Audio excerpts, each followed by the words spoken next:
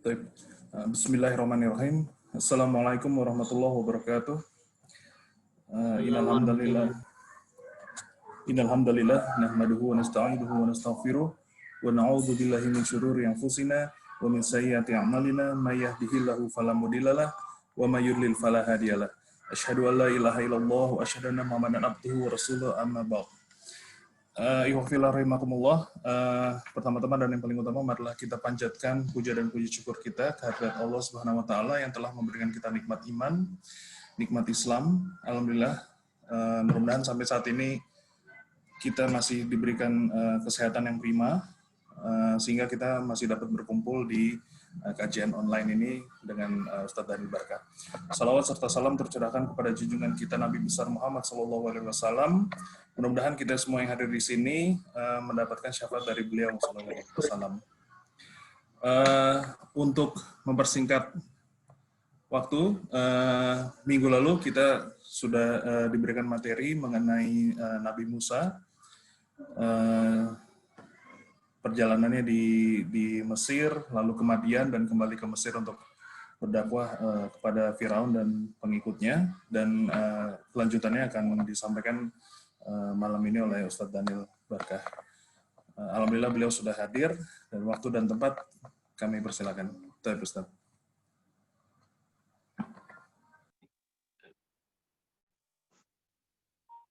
Assalamualaikum warahmatullahi wabarakatuh. Waalaikumsalam. Alhamdulillah. Wassalamu ala Rasulillah. Asyhadu an la ilaha illallah wahdahu la syarikalah wa asyhadu anna Muhammadan abduhu wa rasuluh allazi la nabiyya ba'dah amma ba'd. Jadi ikhwati iman rahimakumullah, alhamdulillah di kesempatan malam hari ini kita kembali bermuajahah untuk mengkaji lebih dekat dengan sosok Nabi Musa alaihi salam beserta kisah-kisah yang ada di sekitar Nabi Musa alaihi salam.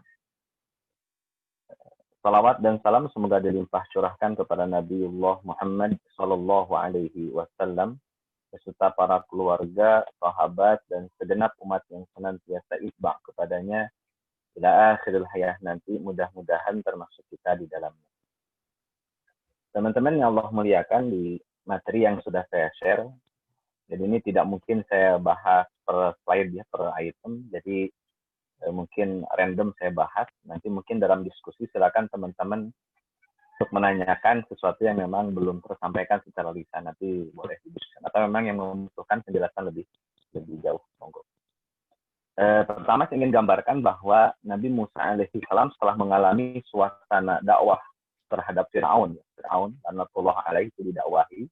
Dan Nabi Musa mengalami setiap fase, setiap pengalaman, setiap kesulitan, tantangan, dan cobaannya, sampailah pada kondisi di mana Nabi Musa alaihissalam diizinkan oleh Allah Azza wa Jalla untuk melakukan perjalanan menuju Yerusalem.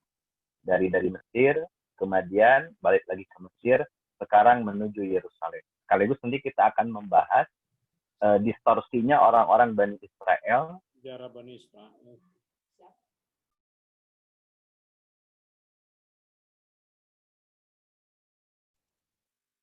Maaf, distorsinya orang-orang Bani Israel di dalam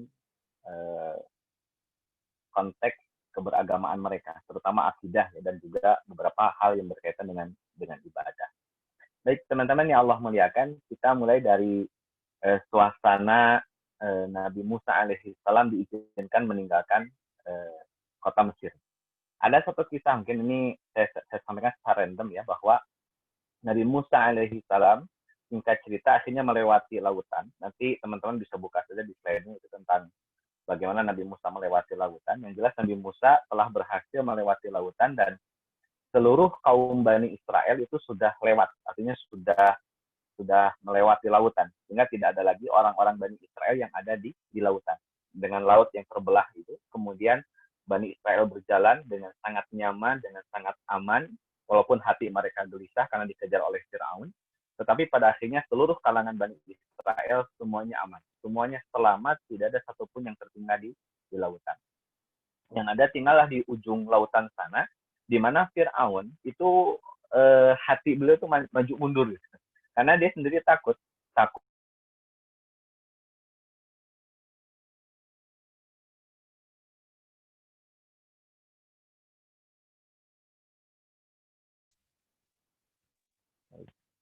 Agak putus-putus ini, mohon maaf. Mudah-mudahan lancar lagi. Baik.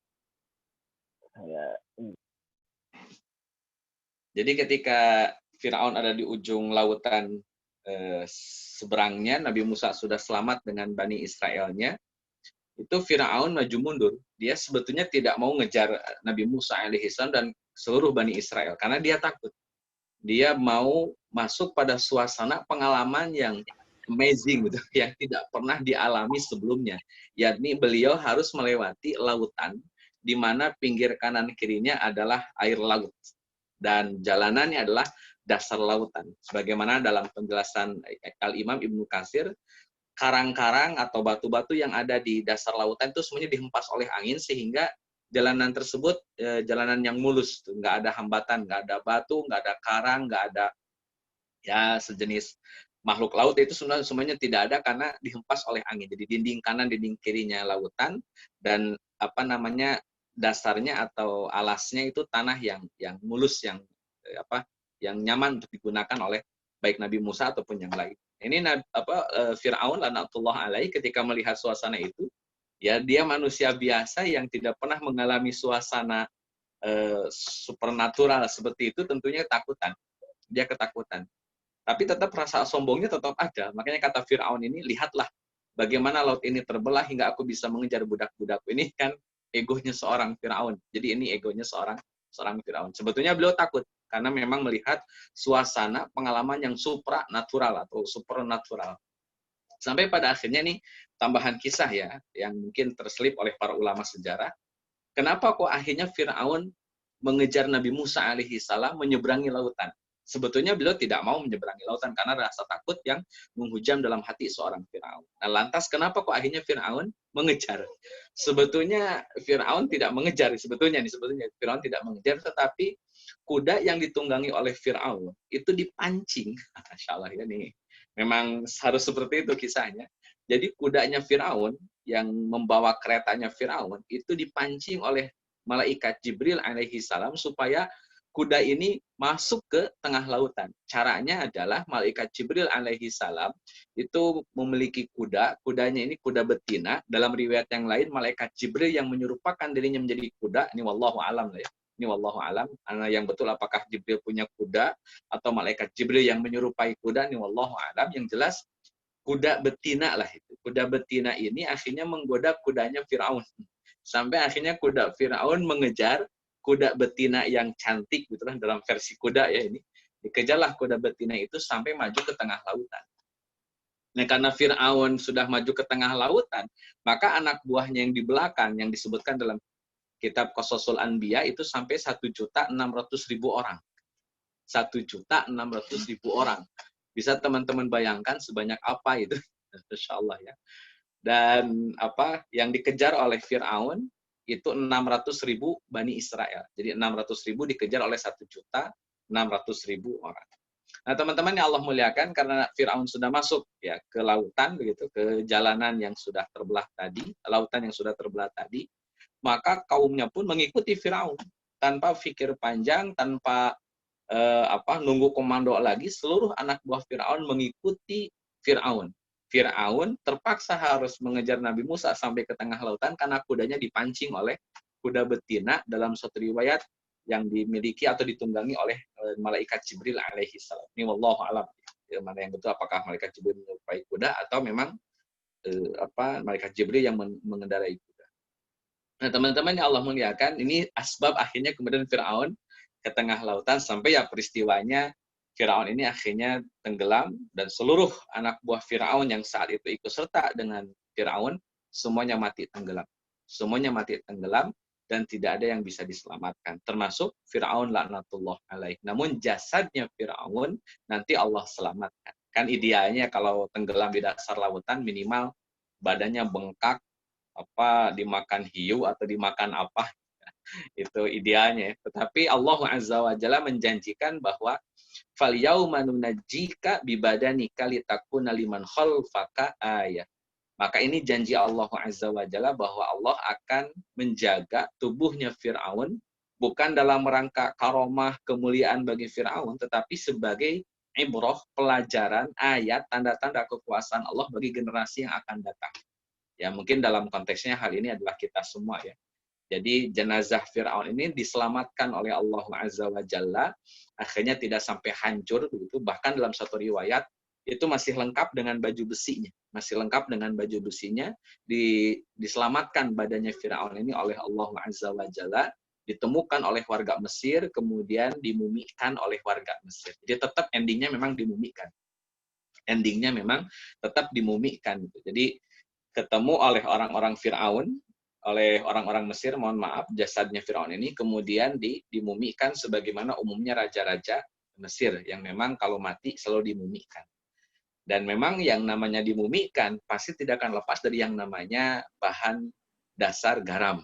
Di antaranya ya, untuk memumikan itu tetap ada bahan dasar garam. Makanya ada banyak khilaf ini, perbedaan pendapat di kalangan para ulama terkait dengan penentuan siapakah Fir'aun yang tenggelam di zaman Nabi Musa alaihi salam. Ada yang menyebutkan Ramses II, ada yang menyebutkan Meniftah, gitu kan, sebagaimana dituliskan oleh Dr. Mauris itu. Beliau menyebutkan bukan Ramses II yang tenggelam di zaman Fir'aun, tetapi Fir'aun yang lain. Tapi ala kulli hal, baik itu yang tenggelam di dasar lautan maupun yang tidak tenggelam, memang rata-rata secara umum bahan dasar dimumikanlah salah satunya adalah garam. Jadi sehingga badannya tetap akan ada garamnya. Nah, ini bicara memastikan ini karena garam di dasar lautan atau itu karena garam karena memang hasil mumi umumnya orang-orang Mesir, ini wallahu a'lam. Jadi hal-hal itu tidak didetailkan oleh Al-Qur'an karena memang tidak menjadi perkara yang sangat krusial atau urgent untuk ada dibahas oleh masyarakat muslim saya rasa. Jadi siapapun yang tenggelam, yang jelas ada yang tenggelam dan dia Firaun gitu lah kurang lebih. Nah, teman-teman yang Allah muliakan, justru yang didetailkan oleh Al-Qur'an bukan terkait siapa Firaunnya atau siapa sebetulnya Firaun yang tenggelam. Al-Qur'an justru lebih menarik, lebih tertarik ketika membahas apa yang terjadi di saat detik-detik terakhir Firaun ini mati. Wah, ini Masya Allah ya. Jadi Quran justru tampilnya tidak mempermasalahkan Firaun yang mana, itu siapalah itu ya. Mau Ramses II, mau Manetah, mau siapa, mau yang lain pun silakan. Yang jelas momen wafatnya atau matinya Firaun ini diabadikan dalam Al-Quran. Dan ini menjadi momen penting. Makanya Al-Quran memasukkan momen ini di dalam Al-Quran. Kenapa? Karena momen ini penting. Sekali lagi momen ini penting dalam kajian Al-Quran. Makanya di surat Yunus, surat ke-10 ayat 90-92,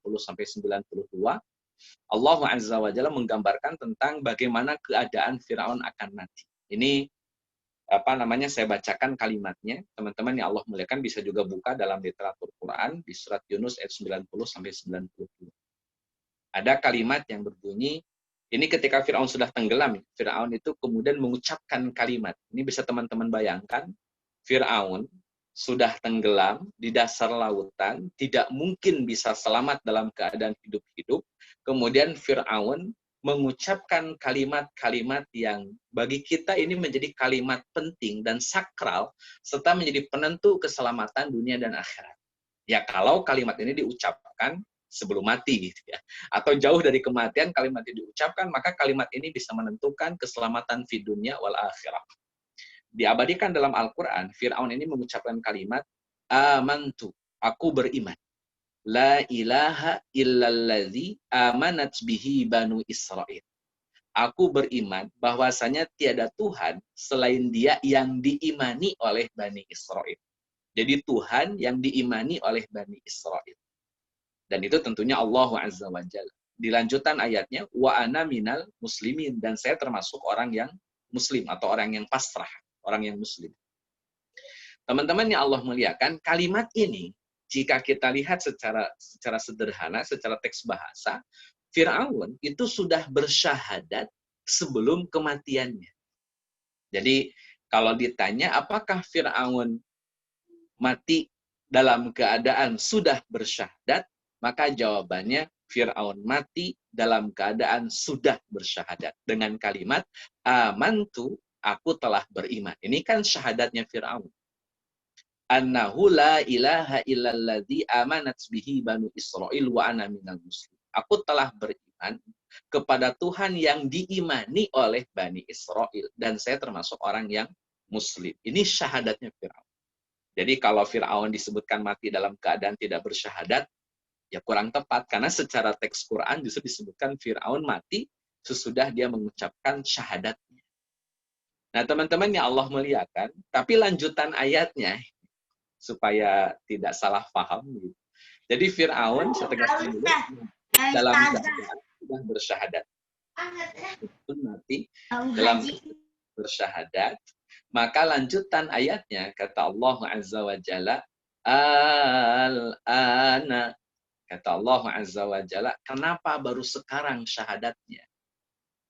Jadi ini saya tegaskan kembali, Fir'aun mati dalam keadaan sudah bersyahadat, tapi di ayat ke-91, al-ana. Kenapa baru sekarang syahadatnya? Kenapa baru sekarang? Nah teman-teman yang Allah muliakan, kalimat kenapa baru sekarang, pertanyaan Allah untuk Fir'aun, ini menjadi tanda, menjadi alamat bahwa syahadatnya Fir'aun ditolak. Saya tegaskan, syahadatnya Fir'aun ditolak. Kenapa ditolak? Karena syahadat ini disampaikan oleh Fir'aun di tengah kondisi sakaratul maut. Maka ini menjadi kaidah hukum nantinya bagi kita yang muslim bahwa sakaratul maut itu menutup peluang untuk taubat. Kalau mau taubat ya sebelum sakaratul maut. Karena kalau sudah mengalami sakaratul maut, pintu taubat tertutup. Itu yang berlaku kepada Fir'aun lanatullah alaih. Kalau teman-teman ingin ngasih perbandingan, misalkan ini supaya menguatkan sajalah poin ini, teman-teman bisa buka di surat Al-Munafiqun ayat ke-10 dan 11, surat ke-63, ayat 10 dan juga ayat 11, itu untuk menguatkan karena redaksinya sama gitu. Maksudnya tidak sedang berbicara Fir'aun, tetapi keadaan sakaratul maut itu menutup peluang tobat. Sakaratul maut menutup peluang tobat. Kalau mau tobat ya sebelum sakaratul maut. Atau di surat Al-Mu'minun, surat ke-23, ayat 99 dan 100. Itu nanti untuk perbandingan saja, bahwa sakaratul maut menjadi penutup taubat. Jadi setelah itu nggak ada lagi taubat.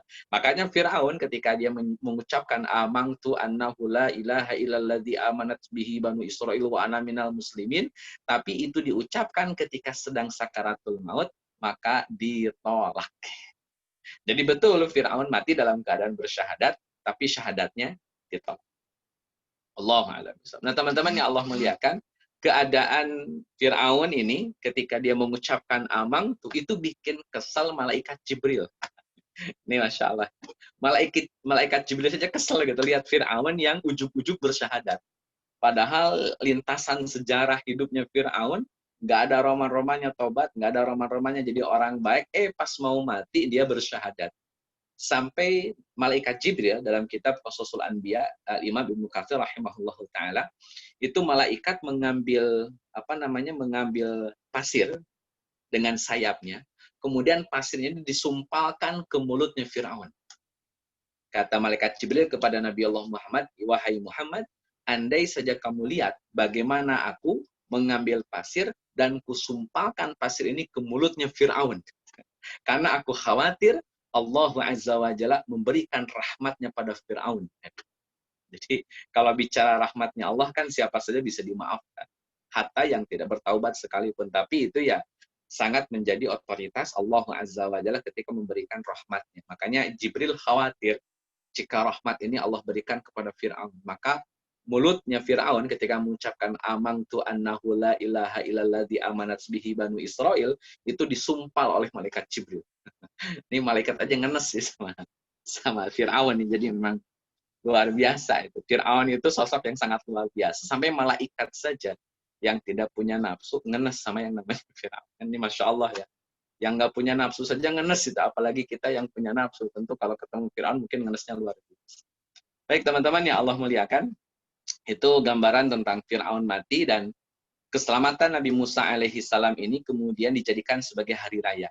Jadi Nabi Musa selamat dari kalangan Bani Israel, ini kemudian dirayakan oleh Bani Israel sebagai hari raya. Makanya nanti kalau teman-teman buka literatur ya, kenapa orang-orang Yahudi itu suka puasa di tanggal 10 Muharram. Orang-orang Yahudi itu suka puasa di tanggal 10 Muharram.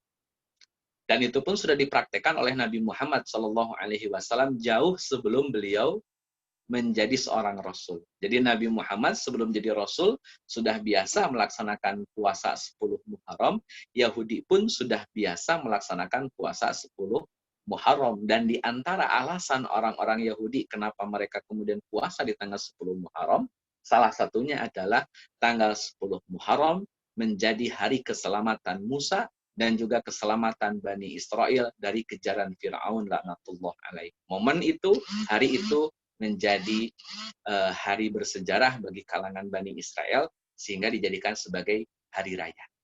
Makanya nanti dalam tradisi Yahudi pun hari raya ini suka nabuh reban, dan itu pun dipraktikkan oleh Nabi Muhammad SAW. Kalau sudah hari raya ya beliau pun menabuh rebana. Bukan beliau yang menabuh, tapi para sahabiat atau para sahabiat kecil ya, anak-anak kecil itu disuruh menabuh rebana dan sambil bernyanyi. Allah. Teman-teman yang Allah muliakan, ini saya ringkas kisahnya. Sampai Bani Israel sudah selamat. Artinya ini lautan yang dekat dengan Mesir, ini lautan yang dekat dengan Syam atau dengan Yerusalem atau dengan Palestina sekarang. Itu Nabi Musa sudah selamat, Bani Israel pun sudah selamat, dan mereka sudah meninggalkan lautan. Nah, teman-teman yang Allah muliakan, seharusnya ini kan idealnya ya, kalau sudah dikasih nikmat yang luar biasa banyak, sudah semestinya Bani Israel itu bersyukur. Sudah semestinya. Saya rasa sangat wajar kalau kemudian Bani Israel bersyukur. Kenapa? Sejak zaman Nabi Yusuf, nyaman, hidup aman. Meninggalnya Nabi Yusuf berubah kondisi sosial politiknya. Kalau misalkan Levi itu sejaman dengan Nabi Yusuf, anaknya Azir sejaman dengan anaknya Nabi Yusuf, sampai ke Kohit, sampai ke Imron, sampai ke Nabi Musa alaihi salam, berarti dari Nabi Yusuf ya sekitar melewati 3 generasi atau melewati tiga keturunan ya sampai ke Nabi Musa alaihi salam. Berarti orang-orang Bani Israel di zaman Nabi Yusuf aman, di zaman Azir keturunan kedua atau generasi keduanya setelah Nabi Yusuf baru mulai penindasan, intimidasi, perlakuan dolim dari kalangan orang-orang Mesir, khususnya Raja Fir'aunnya. Sampai puncaknya di zaman Nabi Musa alaihi salam. Berarti 3 generasi kurang lebih lah. Bani Israel mengalami penjajahan dari orang-orang Mesir. 3 generasi. Kalau 1 generasi itu durasi umumnya 100 tahun, ya berarti 300 tahunan Bani Israel dijajah oleh orang-orang Mesir. Nah, teman-teman yang Allah muliakan, pengalaman dijajah oleh Mesir ini sampai 3 generasi, kemudian Allah selamatkan dari kejaran orang-orang Mesir ya, plus dengan Fir'aun di dalamnya, kan saya rasa wajar kalau Bani Israel bersyukur. Kalau Bani Israel bersyukur. Tetapi kenyataannya tidak demikian. Nah, ini yang menarik. Kenapa, teman-teman? Ternyata nikmat itu sangat besar peluang untuk menjatuhkan seseorang menjadi musyrik. Saya ulang ini poinnya. Kenikmatan itu, kenikmatan yang Allah berikan kepada kita merupakan salah satu celah, salah satu indikator orang itu lebih mudah terjebak dengan kemusyrikan. Terjebak dengan kemusyrikan. Ini kalau teman-teman tarik ini ke akhir zaman, itu kasusnya sama. Kalau ditarik ke akhir zaman, itu kasusnya sama. Sama bagaimana misalkan? Teman-teman yang Allah muliakan, ketika Nabi Musa alaihi salam dan Bani Israel mendapatkan kenikmatan, mereka terjebak dengan celah kemusyrikan. Di akhir zaman nanti, itu dalam sebuah hadis dijelaskan bahwa seluruh umat manusia berada dalam keadaan penuh dengan kenikmatan, gemah ripah loh jinawi. Seluruh umat manusia di dunia sebelum kiamat kubro, mereka semuanya ada dalam keadaan penuh dengan kenikmatan. Nanti di ending hadis yang lain, kan ini seluruh manusia penuh dengan kenikmatan. Seluruh manusia, tidak ada yang tidak mengalami kenikmatan. Gemah ripah loh jinawi dalam keadaan muslim seluruhnya. Itu di akhir zaman. Tapi di dalam hadis dijelaskan bahwa orang yang mengalami kiamat adalah orang-orang yang kafir. Orang-orang yang jahat. Ini kan agak susah memahaminya. Bahwa akhir zaman akan diisi oleh orang-orang yang muslim, orang-orang yang penuh dengan kenikmatan, gemah ripah loh jinawi, tapi kok kiamat akan menimpa orang-orang yang kafir. Bagaimana ceritanya dari orang yang penuh dengan kenikmatan, mereka muslim, gemah ripah loh jinawi, tapi kok kemudian nanti kiamatnya menimpa orang-orang kafir. Lantas kenapa mereka jadi kafir gitu? Itu di akhir zaman. Dan kalau kita berkaca kepada Bani Israel telah memulai sejarah itu. Bahwa kenikmatan yang Allah anugerahkan, yang Allah berikan, selalu menjadi celah untuk terjebak dengan kemusyrikan. Terjebak dengan kemusyrikan. Saya gambarkan di slide pertama, orang-orang Bani Israel minta Tuhan yang baru. Padahal mereka sudah Allah selamatkan. Sekali lagi, padahal mereka sudah Allah selamatkan. Di surat Al-A'raf ayat 138. Bani Israel sudah selamat dari kejaran Fir'aun. Di tengah keputusasaan mereka awalnya, akhirnya mereka Allah selamatkan. Mereka Allah berikan karunia yang sangat besar, terbebas dari penjajahan Mesir atau Fir'aun secara khusus. Kemudian baru melewati, Masya Allah, ini baru lewat. Sudah diselamatkan, terus jalan dan melewati sebuah perkampungan. Ini Masya Allah ya.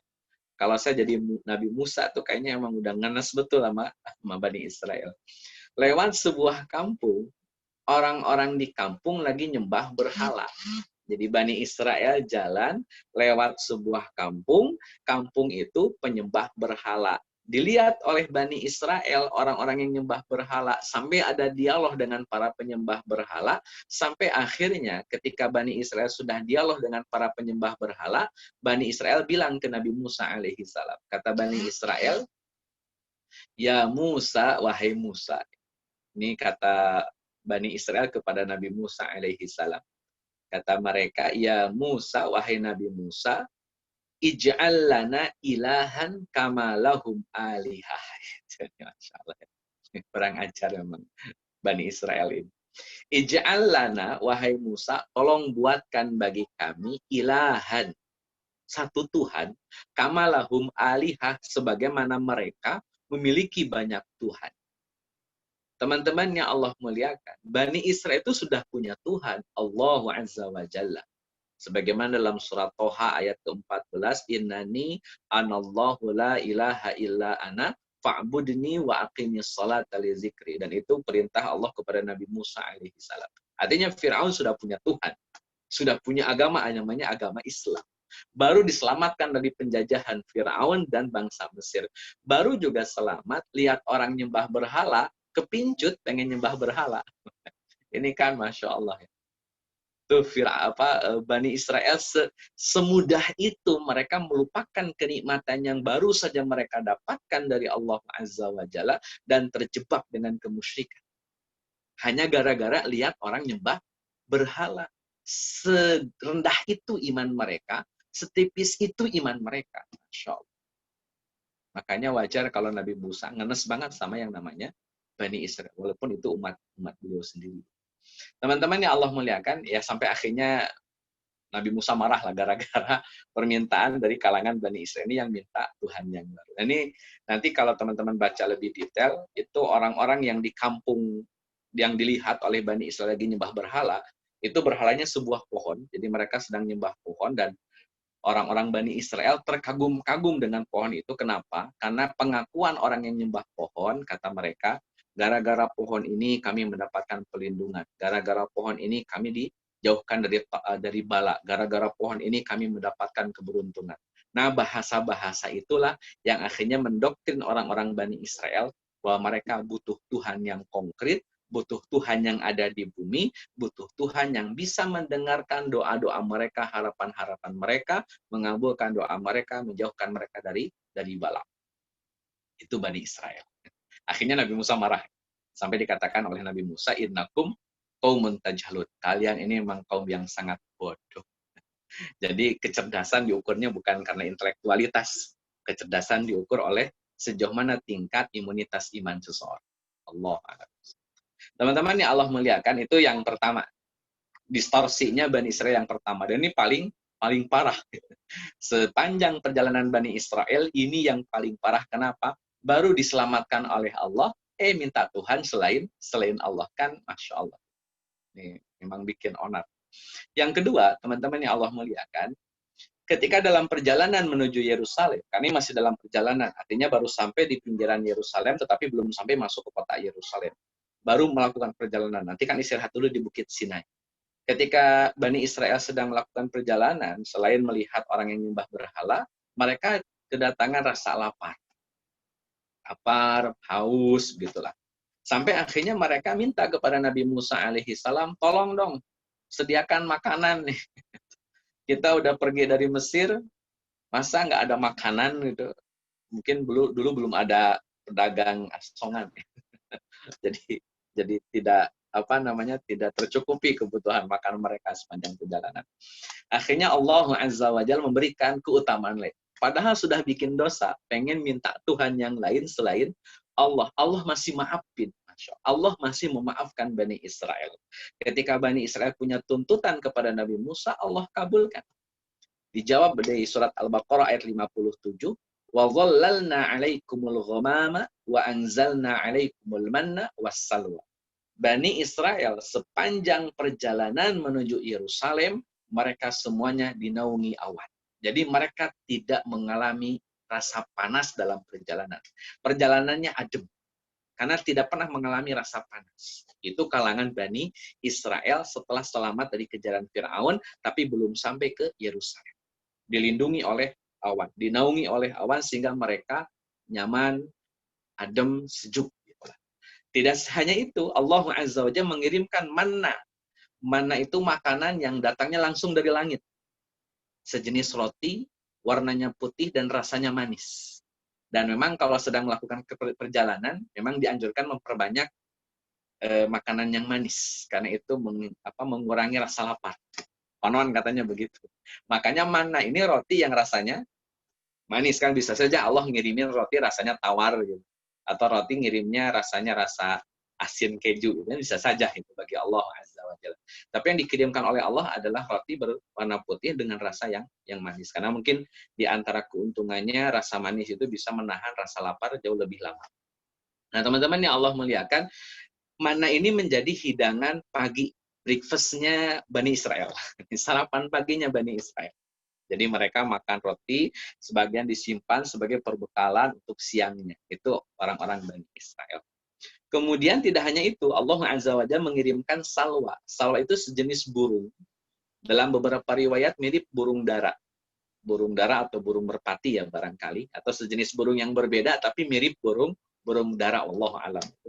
Dan burung ini mudah ditangkap di waktu sore. Jadi lagi jalan, dilindungi awan, pagi sudah makan roti, bahkan sudah ada bekal rotinya manis. Nanti menjelang sore banyak burung berterbangan dan mereka ambil dengan sangat mudah burung ini. Jadi nggak usah ditangkap, nggak usah dikejar, nggak usah pakai perangkap gitu.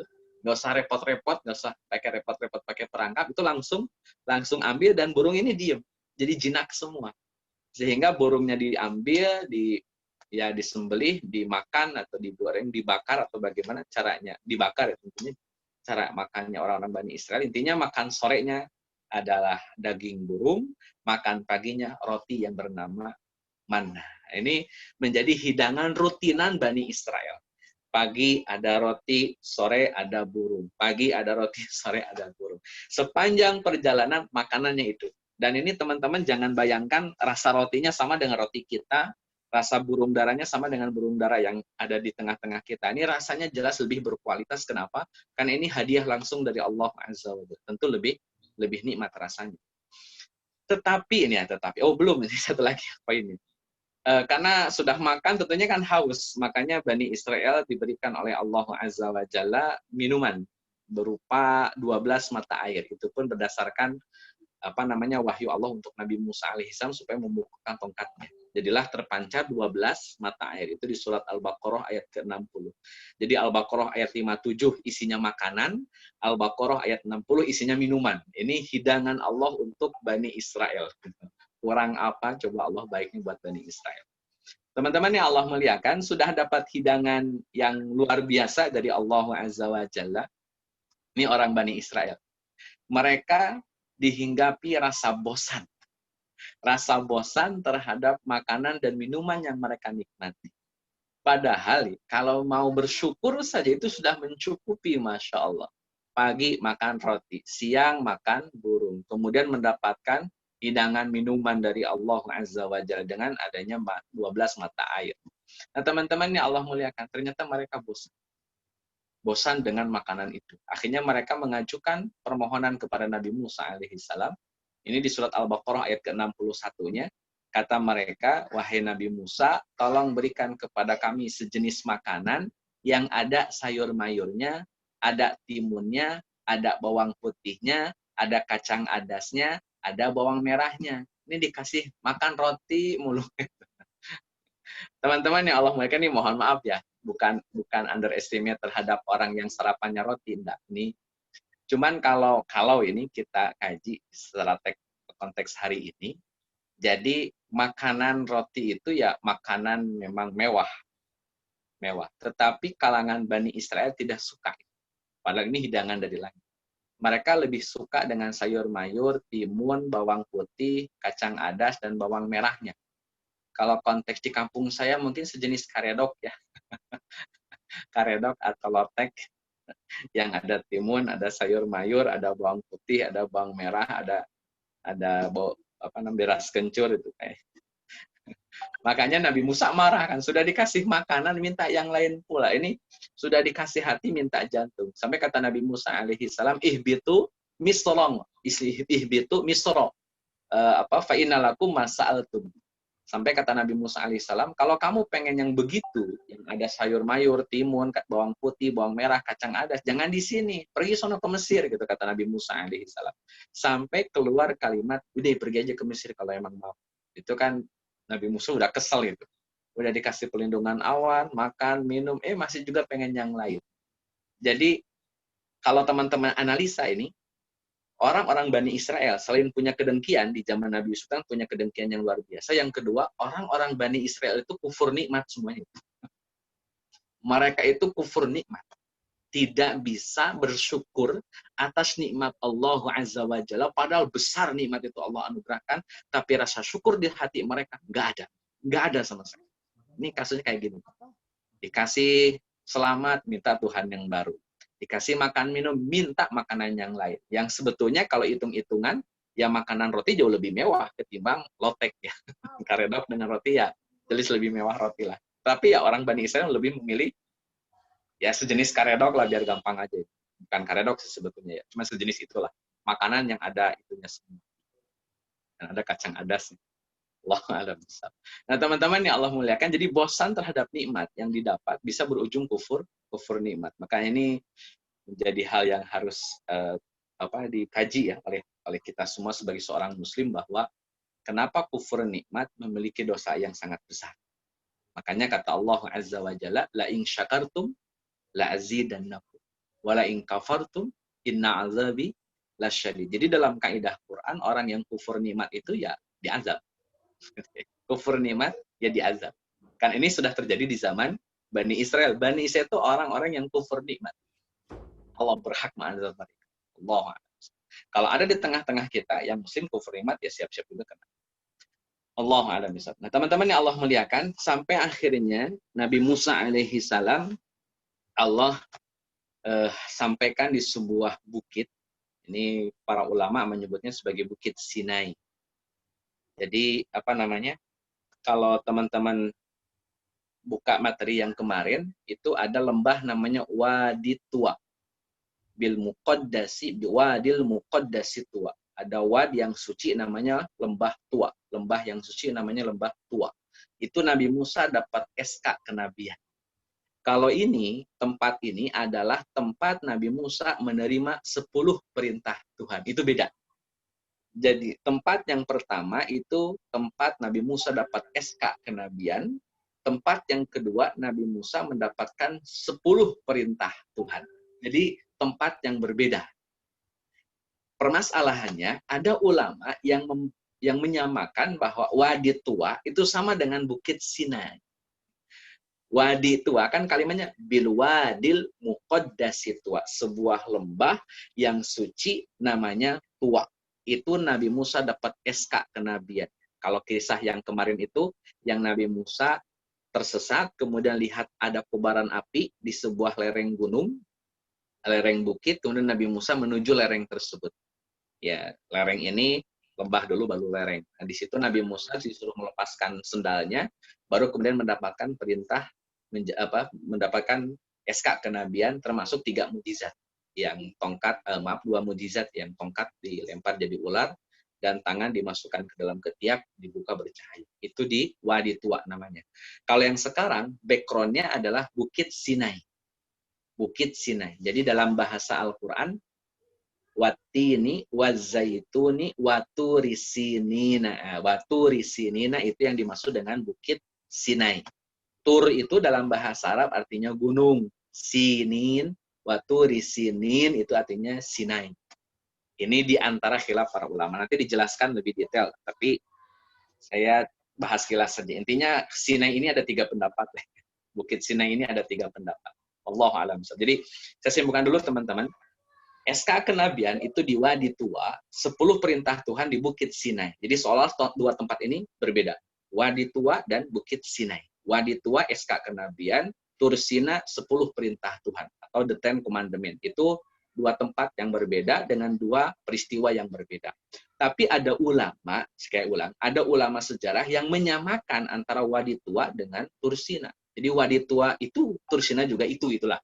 Ada penjelasan yang menyebutkan demikian. Tapi ya wallahu alam, memastikan kebenarannya wallahu alam. Karena untuk Tur Sina saja sampai ada 3 pendapat di dalam literatur ulama sejarah. Wallahu alam. Nah, teman-teman yang Allah muliakan, kalau lihat di slide berikutnya, ini rute Nabi Musa alaihissalam. Jadi ada 2 rute ya. Kalau teman-teman lihat ada panah yang ke bawah, itu rute pertama. Rute pertama ke bawah. Dari Mesir ke bawah. Tapi ada juga yang dari itu ke atas. Jadi lautnya ke atas. Itu rute kedua. Jadi ini perbedaan para ulama menyebutkan rute perjalanan Nabi Musa. Bukan Nabi Musa punya 2 rute, enggak. Nabi Musa hanya punya 1 rute saja. Tapi para ulama berbeda pendapat. Mana jarak rute yang betul? Yang dari Mesir ke arah bawah, ke terusan Suez sampai ke nanti ke Rendim namanya, Rendim. Atau yang ke atas, yang melewati laut di atas. Ini 2 pendapat berkaitan dengan rute Nabi Musa alaihissalam melakukan perjalanan. Ini saya dapatkan dalam kitab namanya Atlas Agama-Agama, ditulis oleh Syekh Syami Al-Maghlut. Penerbitnya Al-Mahira. Jadi ada 2 rute yang diperdebatkan oleh para ulama, mana rute yang benar yang diambil oleh Nabi Musa alaihissalam. Allahu a'lam. Cuman jumhur ulama, teman-teman, jumhur ulama itu lebih mengedepankan pendapat yang pertama, jadi rute yang melewati Teluk Suez, itu yang dianggap betul menurut para ulama yang jumhur lah dalam pembahasan sejarah. Jadi ada 2 rute yang diperdebatkan oleh para ulama, lewat terusan Suez atau lewat atas, lewat Gaza ke atas, seperti dekatnya ke Gaza. Allahu a'lam. Baik teman-teman yang Allah muliakan, itu perbedaan di kalangan para ulama terkait dengan Bukit Sinai. Itu pun rute yang bawah, itu pun masih ada dua perbedaan. Di slide berikutnya, kalau teman-teman lihat, itu di slide berikutnya ada rute yang warnanya hitam titik-titik. Itu rute pertama, hitam titik-titik, itu rute pertama, dan itu tidak melewati ke Saudi. Yang hitam titik-titik itu nggak lewat Saudi, masih di sekitaran terusan Sinai, masih di sekitaran Gurun Sinai. Tapi kalau yang rutenya merah putus-putus, ini masuk ke teritorial Arab Saudi. Nah, ini juga menyebutkan nih, Masya Allah, ya, nih, perbedaan antara ulama. Ya. Jadi menurut beberapa para ulama, ada penjelasan bahwa Bukit Sinai itu adanya di salah satu daerah di Saudi Arabia. Nih, Allahu a'lam. Apakah betul demikian? Yang jelas Allah. Nah, teman-teman yang Allah muliakan, jadi silang pendapat terkait dengan Bukit Sinai. Pendapat pertama di wilayah Mesir, masih di wilayah Mesir, itu di Gunung Musa atau disebut juga dengan Sinai. Pendapat yang kedua di barat daya Syam, yakni di Gunung Az-Zaitun, sekitar di Bukit Baitul Maqdis, Palestina. Hal ini disepakati oleh Muhammad bin Abdul Mun'im Al-Himyari dalam Ar-Rawd Al-Miqtar fi Khobar Al-Aqtar. Kemudian Syauqi Abu Khalil dalam kitab Atlas Hadis, ya ini juga sama penerbit Al-Mahira. Kemudian Sami bin Abdullah Al-Maghlut dalam Atlas Tarikh Al-Anbiya atau Atlas Nabi-Nabi, juga sama, ini penerbit Al-Mahira, edisinya Lux, dan di Ar-Razi dalam tafsir. Yang ketiga, penjelasannya Bukit Sinai ada di sebelah selatan Nablus. Itu juga sama dekat Palestina. Jadi ala kulli hal, ini perbedaan terkait dengan Bukit Sinai. Iya, saya juga tidak bisa memastikan yang mana yang betul, yang jelas tiga pendapat ini, tiga-tiganya ada. Cuman kalau bicara jumhur ulama, rata-rata lebih mengedepankan pendapat yang kedua, yakni di barat daya Syam. Allahu a'lam. Baik teman-teman yang Allah muliakan, seperti apakah 10 perintah Tuhan? Jadi saya sampaikan dulu kronologisnya ya. Nabi Musa akhirnya sampai di dasar, di kaki bukit Sinai. Setelah sampai di kaki bukit Sinai, kemudian Nabi Musa bicara kepada kaumnya, kata Nabi Musa, saya akan pergi dulu ke Sinai. Ada perintah Tuhan di sana, ada perintah Allah di sana. Jadi saya akan meninggalkan dulu daerah ini, teman-teman semua, Bani Israel semuanya, saya akan pergi ke bukit Sinai. Untuk sementara yang jadi pemimpin, yang menjadi amir dalam kabilah Bani Israel ini adalah Nabi Harun alaihi salam. Adiknya dari Nabi Musa alaihi salam. Singkat cerita, Nabi Musa berangkat ke Bukit Sinai seorang diri selama 40 malam. Jadi durasi yang dibutuhkan oleh Nabi Musa alaihi salam adalah 40 malam tinggal di Bukit Sinai. Di situ Nabi Musa mendapatkan 10 perintah Tuhan. Di antaranya ibadah kepada Allah Azza wa Jalla saja, dilarang syirik, dilarang bersumpah palsu, menjaga kesucian hari Sabtu. Ini sudah ada aturan nih bahwa hari Sabtu menjadi hari suci bagi orang-orang Yahudi. Kemudian menghormati orang tua, jangan membunuh anak karena takut nggak bisa ngasih makan. Kemudian jangan berzina, jangan mencuri, jangan bersaksi dengan kesaksian palsu. Dan yang ke-10, jangan menginginkan milik orang lain, termasuk rumah, istri, budak, hewan ternak. Jadi 10 perintah Tuhan ada ancaman bagi pelakor dan itu lagi ya. Itulah dalam 10 perintah Tuhan sudah ada larangan terjadi pelakor. Ini tidak boleh menginginkan istri orang. Istri orang bukan pelakor apa? Itulah pokoknya. Teman-teman yang Allah muliakan. Jadi ini 10 perintah Tuhan yang didapatkan oleh Nabi Musa alaihissalam di Bukit Sinai. Teman-teman yang Allah muliakan, kalau dibuka di slide berikutnya, itu ada redaksi yang mirip-mirip sama dengan yang disampaikan oleh Allah kepada Nabi Allah Muhammad Sallallahu Alaihi Wasallam. Ini juga Allah Azza wa Jalla menyampaikan pesan ini dalam satu surat, dalam beberapa ayat, 2 ayat, 3 ayat, nanti saya sampaikan di akhir. Sama juga jangan syirik, ya, berbuat baik sama orang tua, jangan bunuh anak, berbuat sesuatu yang keji, jangan berbuat sesuatu yang keji. Ini ya mirip-mirip lah saya rasa. Jadi isi Ten Commandment-nya ada dalam Al-Quran. Kalau ada orang yang bilang bahwa isi Quran itu tidak ada isi Tauratnya, salah besar. Quran itu isinya ya ada Tauratnya. Bahkan di dalam Al-Quran juga ada Injilnya, ada Tauratnya, ada Zabur. Kumpul semua di situ. Dengan format yang baru, yang lebih sempurna. Tentunya yang lebih komprehensif dan kontemporer isi. Allah a'lam. Teman-teman yang Allah muliakan, di Bukit Sinai ini ada permintaan nyeleneh Nabi Musa. Jadi kalau ini biasanya Bani Israel yang nyeleneh, kalau ini Nabi Musa yang nyeleneh. Jadi Nabi Musa alaihi salam punya permohonan kepada Allah. Nabi Musa pengen lihat Allah. Ini kan sama lah kayak Bani Israel akhirnya.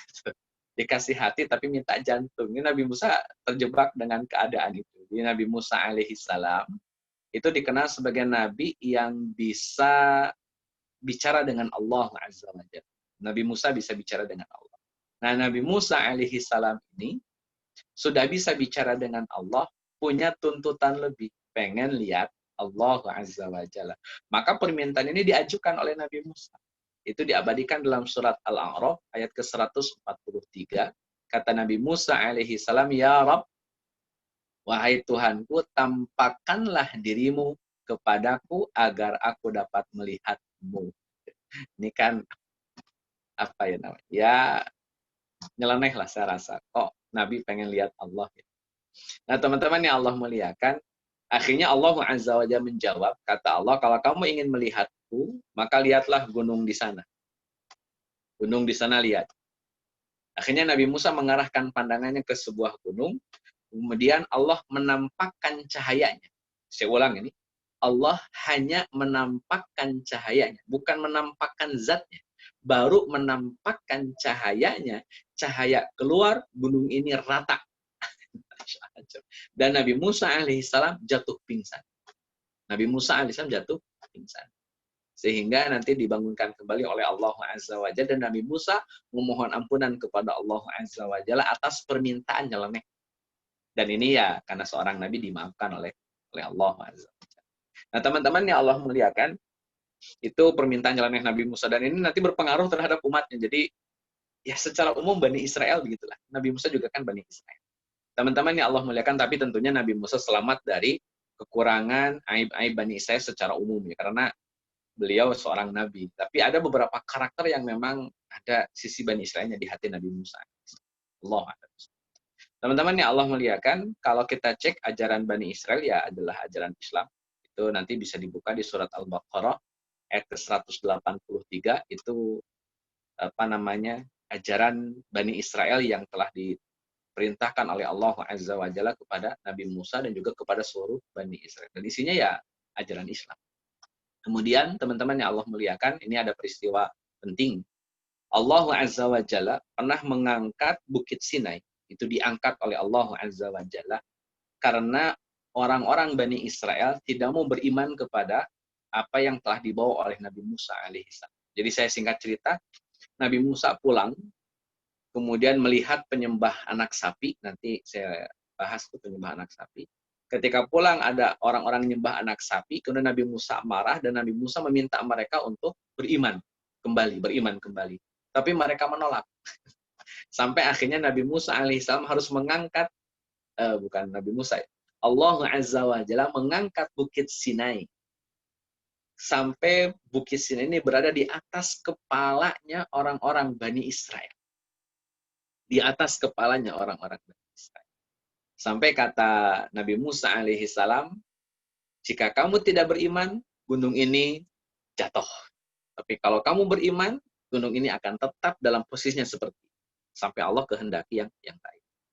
Teman-teman yang Allah muliakan, akhirnya ya nanti ada season tobat di situ. Orang-orang yang sudah nyembah anak sapi, akhirnya mereka bertaubat, tetapi taubat mereka tidak hanya sekedar istighfar. Taubat mereka tidak hanya sekedar kembali beriman. Taubat mereka tidak hanya sekedar menyatakan kembali syahadat. Mekanisme taubat di zaman Nabi Musa alaihissalam adalah harus bunuh diri. Jadi taubatan nasuha yang dilakukan di zaman Nabi Musa alaihissalam adalah dengan cara diantaranya bunuh diri. Atau dibunuh. Bunuh diri atau dibunuh. Jadi ketika orang-orang Bani Israel nyembah anak sapi, Nabi Musa datang, kemudian Nabi Musa marah. Setelah Nabi Musa marah, kemudian Nabi Musa meminta kembali beriman. Akhirnya mereka kembali beriman, tetapi mereka kalau tidak mau beriman, mereka akan ditimpa oleh gunung. Kalau mereka tidak beriman, kalau tidak beriman ditimpa gunung, kalau beriman tidak akan ditimpa oleh gunung. Dan akhirnya mereka bertaubat. Tetapi bentuk taubatnya harus bunuh diri. Mekanisme taubat zaman dulu demikian. Allah a'lam. Nah, teman-teman yang Allah muliakan, saya lanjutkan pada penyembahan anak sapi. Ini jilid 2 nih. Sebetulnya ini harusnya di awal. Jadi sebelum ada gunung itu harusnya ini dulu. Tapi ya tidak apa-apa lah, saya rasa saya sampaikan. Jadi menyembah patung anak sapi. Namanya Harun As-Samiri. Namanya Harun As-Samiri. Jadi namanya mirip dengan Nabi Harun. Jahatnya orang-orang yang gak suka dengan Islam, itu Bible membuang kalimat Samirinya. Hanya menyebut nama Harunnya. Nanti dalam kitab Keluaran itu ada saya kutip juga penjelasan dari Perjanjian Lama, tapi nggak ada Samirinya, hanya Harun saja. Nah, ini kan kurang jujur. Seharusnya ada Harun As-Samiri. Namanya Harun tapi ada ujungnya As-Samiri. Nah, teman-teman yang Allah muliakan, Samiri ini bikin patung yang terbuat dari emas yang dipinjam oleh Bani Israel. Ini nanti dalam slide ada tapi tidak saya jelaskan. Intinya orang Bani Israel punya emasnya orang Mesir, mereka berat bawa, karena mereka berat bawa, akhirnya emasnya dikumpulkan di Samiri, dan oleh Samiri dibuatkan patung anak sapi. Patung anak sapi ini dilubangi dari, mohon maaf, area belakang, dilubangi sampai ke mulut. Ada rongga di dalamnya. Jadi kalau anak sapi ini kena angin, dan masuk ke rongga bagian belakang, itu nanti akan keluar suara melenguh. Melenguh ya, melenguhnya anak sapi. Jadi di dalam perut anak sapi ada rongga, ujung belakang sapi ini ada lubang, sampai ke mulutnya itu ada lubang. Jadi kalau masuk angin, di rongga ini mengeluarkan suara. Nah, suaranya suara melenguh. Dan gara-gara anak sapi ini bersuara dan suaranya melenguh, maka orang-orang Bani Israel meyakini kalau anak sapi ini Tuhan, perwujudan Tuhan. Masya Allah. Sesederhana itu iman mereka dan setipis itu iman mereka. Nah, teman-teman yang Allah muliakan, akhirnya Nabi Musa pulang dan marah besar terhadap Bani Israel. Anak sapi ini, patung emas ini kemudian dibakar sampai dalam panas yang lebih tentunya dari api biasa, sampai emas ini tercampur debu dan menjadi butiran debu. Kemudian oleh Nabi Musa alaihissalam dilemparkan ke sungai atau ke laut dalam satu riwayat, sehingga emas ini nanti kemudian diperintahkan oleh Nabi Musa, air yang ada emas ini diminum untuk mengetahui siapa saja yang menyembah anak sapi. Ini diantara tesnya Nabi Musa alaihissalam untuk para penyembah sapi. Allahu a'lam bishawab. Nah, teman-teman yang Allah muliakan, saya lewat poin ini. Yang jelas kenapa mereka kok bisa nyembah anak sapi, karena mereka terpengaruh dengan kebiasaan orang-orang Mesir yang memang mengidolakan sapi. Allah a'lam bishawab. Nanti juga ini berpengaruh terhadap kenapa orang Bani Israel susah betul nyembelih anak sapi. Susah betul menyembelih sapi. Ini mirip-mirip India lah. Kenapa orang Bani Israel tidak mau menyembelih sapi ketika Nabi Musa suruh?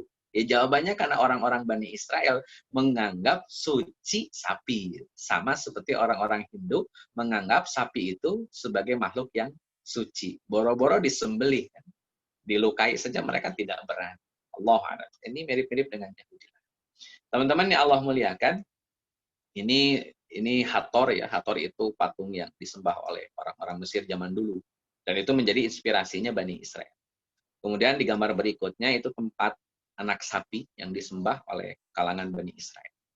Dan di slide berikutnya, ini saya ambil dalam kitab Keluaran, versi Bible ya.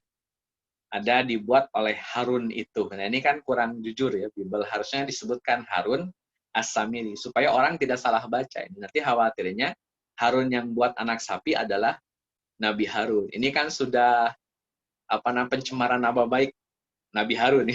Ini bisa kriminal dan kena pasal itu. Sudah pencemaran nama baik Nabi. Harusnya Harun As-Samiri. Tapi ya Bible begitulah. Nah, teman-teman yang Allah muliakan, di poin selanjutnya, akhirnya orang-orang Bani Israel mendapatkan hukuman dari Allah Azza wa Jalla, dan hukumannya adalah hukuman mati. Sebagaimana diabadikan dalam surat Al-Baqarah ayat ke-54, faqtulu anfusakum. Mereka harus membunuh diri mereka sendiri. Faqtulu anfusakum. Di akhir ayatnya adalah faqtulu anfusakum. Bunuhlah diri kalian sendiri. Tidak kurang dari 3.000 orang penyembah anak sapi. Maka 3.000 orang ini mereka harus bunuh diri. Dalam satu riwayat. Dalam riwayat yang lain, teman-teman yang Allah muliakan, mereka tidak bunuh diri. Tapi oleh Nabi Musa diperintahkan untuk dibunuh. Dan para eksekutornya adalah keluarga dari Nabi Musa, yakni dari suku Levi. Dari suku Levi akhirnya diambil 70 orang, dan 70 orang ini dibekali pedang oleh Nabi Musa alaihissalam, dan yang 70 orang ini membunuh mereka yang telah menyembah anak sapi sebagai bentuk taubat mereka. Teman-teman yang Allah muliakan, jadi ini Allah Azza wa Jalla memberikan sanksi dan hukuman. Saya tadi sampaikan di awal bahwa mekanisme taubat di zaman dulu, di zaman Nabi Musa, taubat nasuha itu ya harus hukuman mati. Dan di kita juga ada masih yang mirip-mirip dengan hukuman mati di zaman Nabi Musa. Cuman konteksnya bukan nyembah anak sapi. Misalkan konteksnya zina, yang zina ini sudah menikah. Jadi suami berzina dengan istri orang lain, maka si suami ini karena sudah berzina dan dia sudah dalam status punya istri, maka dia dirajam. Bukan dicambuk tapi dirajam sampai mati. Itu bentuk taubatan nasuhannya. Yang kedua, kalau membunuh. Makanya kan kisos itu hukumnya ya pati bayar pati. Ya sama juga lah dengan mekanisme taubat di zaman Nabi Musa alaihissalam. Walaupun beda kasus, beda konteks, tetapi hukuman taubat dalam bentuk kematian itu memang ada. Taubat dengan cara mati itu ada. Dalam konteks kita, zina yang sudah menikah atau yang membunuh seseorang, maka dia harus dihukum mati. Wallahu a'lam. Teman-teman yang Allah muliakan, sudah dibantai 3.000 orang ini dalam satu riwayat, atau riwayat yang lain mereka bunuh diri. Dalam riwayat yang lain mereka bunuh diri atau mereka dibunuh karena dua riwayat ini dua-duanya ada.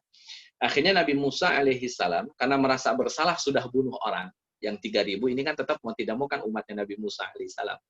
Akhirnya Nabi Musa berangkat lagi ke sebuah bukit, tapi bukan bukit Sinai, namanya Bukit Musa atau Bukit Munajat. Walaupun oleh sebagian ulama Bukit Munajat ini disamakan dengan Bukit Sinai. Ini wallahu a'lam. Ini banyak benda-benda atau tempat-tempat bersejarah yang banyak khilaf di dalamnya. Tapi yang jelas Nabi Musa setelah melakukan pembunuhan terhadap 3.000 orang para penyembah anak sapi sebagai bentuk tobat mereka, akhirnya Nabi Musa plus dengan 70 orang yang membantu eksekusi para penyembah anak sapi itu berangkat ke Gunung Musa atau Gunung Munajat. Di gunung inilah Nabi Musa alaihi salam munajat kepada Allah Azza wa Jalla, isinya adalah minta supaya Nabi Musa dan kaum Bani Israel yang sudah membunuh 3.000 orang ini diampuni oleh Allah Azza wa Jalla. Ini ada dialog menarik ini yang disampaikan oleh Nabi Musa alaihi salam dengan Allah Azza wa Jalla. Ini saya rasa sangat menarik. Kenapa? Karena sampai segitunya Nabi Musa terhadap umat Islam akhir zaman dalam kurung kita. Jadi umat yang dimaksud adalah umat akhir zaman dalam kurung kita. Jadi dalam momen munajat ini Nabi Musa di Bukit Munajat ini bersama 70 orang Bani Israel, di antara dialognya adalah membahas umat Nabi Muhammad SAW. Nah, ini Masya Allah nih, menunjukkan nilai kehormatan yang Allah berikan kepada Nabi Muhammad. Kata Nabi Musa alaihi salam, dan saya rasa ini sebagai penutup presentasi ya, seperti tidak bisa saya selesaikan sampai akhir. Mudah-mudahan sudah menangkap poin-poinnya bahwa distorsi itu selalu muncul di setiap zaman, khususnya kalangan Bani Israel. Teman-teman yang Allah muliakan, kata Nabi Musa di Gunung Munajat ini, kata beliau, ada suatu umat ya Rob yang saling menasihati dalam kebaikan dan keburukan. Kata Nabi Musa, jadikanlah umat itu umatku. Jadikanlah umat itu yang suka nasihatin dalam kebaikan dan dalam keburukan, jadi umat saya. Maka Allah Azza wa Jalla menjawab, tidak bisa. Itu bukan umat antum, wahai Musa, itu umatnya Ahmad. Dalam kurung Nabiullah Muhammad Sallallahu Alaihi Wasallam. Kata Nabi Musa lagi, kata Nabi Musa, ada suatu umat ya Rabb, yang jika berniat melakukan kebaikan, maka telah tercatat baginya pahala. Baru niat saja, itu sudah tercatat pahala baginya. Dan jika kebaikan itu dilakukan, tidak hanya sekedar niat tapi dilakukan, maka dia mendapatkan lipat ganda dari pahalanya. Sampai 700 kali lipat. Allah lipat gandakan pahalanya. Kata Nabi Musa alaihi salam, jadikan umat itu umat saya. Yang niat saja sudah jadi kebaikan, tercatat pahala, apalagi melakukan kebaikan. Dilipat gandakan menjadi 700 kali lipat. Maka kata Nabi Musa, jadikan mereka umat saya. Maka jawaban Allah Azza wa Jalla, enggak bisa. Itu umatnya Ahmad. Sampai akhirnya kata Nabi Musa alaihissalam, ya Rabb, ada satu umat yang mengeluarkan zakat oleh sesama mereka, dan zakat itu diterima juga oleh sesama mereka. Jadi zakat itu dikeluarkan oleh manusia, diberikan kepada sesama manusia. Kenapa? Karena zakat di zaman dulu, teman-teman ya Allah muliakan, di zaman sebelum Nabi Musa, di zaman Nabi Musa termasuk alaihissalam sampai ke belakang, itu zakat itu kalau diterima, dimakan api. Zakat kalau diterima oleh Allah itu akan dimakan api. Kalau tidak diterima oleh Allah, maka zakat itu tidak akan dimakan oleh api. Contoh kasus misalkan, zakatnya Habil yang mengeluarkan zakat berupa domba. Itu diterima oleh Allah dengan cara dilahap oleh api. Kalau tidak diterima, kayak zakatnya Qabil atau kurbannya Qabil. Ya bukan zakat kurbannya, atau ya sejenisnya sodakoh, kurban, zakat kan sama-sama dikeluarkan. Itu kalau diterima, dilahap oleh api. Kalau tidak diterima, dibiarkan begitu saja oleh Allah Azza wa Jalla. Ini kalau teman-teman cek dalam agama-agama yang lain, di Hindu misalkan, atau di Hindu terutama, atau di Konghucu, itu dulu ada aktivitas membakar uang atau membakar pakaian, supaya pakaian yang dibakar atau uang yang dibakar itu menjadi bekal si mayit di akhirat gitulah kurang lebih. Ya itu mirip-mirip mungkin satu sumber dulunya, cuma sudah mengalami distorsi gitu lah. Jadi umat sebelum Nabi Muhammad SAW, kalau zakat itu diterima oleh Allah, maka dilahap oleh api. Kalau tidak diterima, tidak akan dilahap oleh api. Dilahapnya oleh binatang buas. Kata Nabi Musa alaihi salam, ada umat yang kalau zakat itu tidak harus dimakan oleh api, tapi bisa dimakan oleh sesama mereka. Sampai kata Nabi Musa, jadikan mereka umat saya. Kata Allah Azza wa Jalla, oh nggak bisa. Nggak bisa. Itu umatnya Ahmad. Umatnya Ahmad. Teman-teman yang Allah muliakan, sampai akhirnya Nabi Musa alaihissalam melanjutkan dialognya, kata Nabi Musa, ada satu umat ya Allah, yang kalau mereka membaca Alkitab, itu membacanya dengan cara melihat teks ayatnya. Jadi akan ada umat yang membaca Alkitab dengan cara melihat teks Arabnya, teksnya, menghafalkannya dan tidak ada syariat harus menghafalkan kitab suci sebelum Nabi Muhammad SAW. Tidak ada. Makanya kalau teman-teman cek kenapa Taurat mudah ternodai, mudah terdistorsi isi-isinya karena memang tidak dihafal. Injil juga sama. Kenapa mudah terdistorsi? Karena tidak dihafal. Beda dengan Al-Quran, disyariatkan dihafal. Ini sebagaimana ungkapan Nabi Musa. Ada umat yang membaca kitab dengan cara melihatnya, kemudian menghafalkannya. Yang tidak dimiliki oleh umat selain mereka, kata Nabi Musa. Dan menyimpannya di dalam dada, artinya diingat sampai hafal betul, sampai ngelotok. Kata Nabi Musa alaihissalam, jadikan umat itu umat saya. Dan jawaban Allah Azza wa Jalla, bukan. Itu umatnya Muhammad. Sampai kata Nabi Musa alaihissalam, ada suatu umat ya Rabb, yang beriman kepada kitab yang pertama, dan juga beriman kepada kitab yang terakhir, memerangi orang yang sesat, hingga memerangi Dajjal. Maka kata Nabi Musa, jadikan mereka umat saya. Kata Allah Azza wa Jalla, bukan. Itu bukan umat ente, itu umatnya Ahmad. Sampai akhirnya, teman-teman yang Allah muliakan, kata Nabi Musa alaihissalam, ada suatu umat yang mereka terakhir dilahirkan. Datang di akhir. Tapi umat tersebut adalah umat yang pertama kali memasuki surga. Ini Masya Allah ya, kita ini umat akhir zaman, tetapi Allah berikan kesempatan masuk surga duluan. Itu kan amazing. Dan Nabi Musa berharap bahwa, jadikan umat itu umat saya. Umat yang terakhir lahir, tapi pertama kali masuk surga. Maha baiknya Allah Azza wa Jalla umat Muhammad sallallahu alaihi wasallam. Sampai kata Allah Azza wa Jalla, bukan umat ente. Itu umat Muhammad sallallahu alaihi wasallam. Baik teman-teman yang Allah muliakan, saya rasa ini dialog Nabi Musa alaihi salam yang menurut saya luar biasa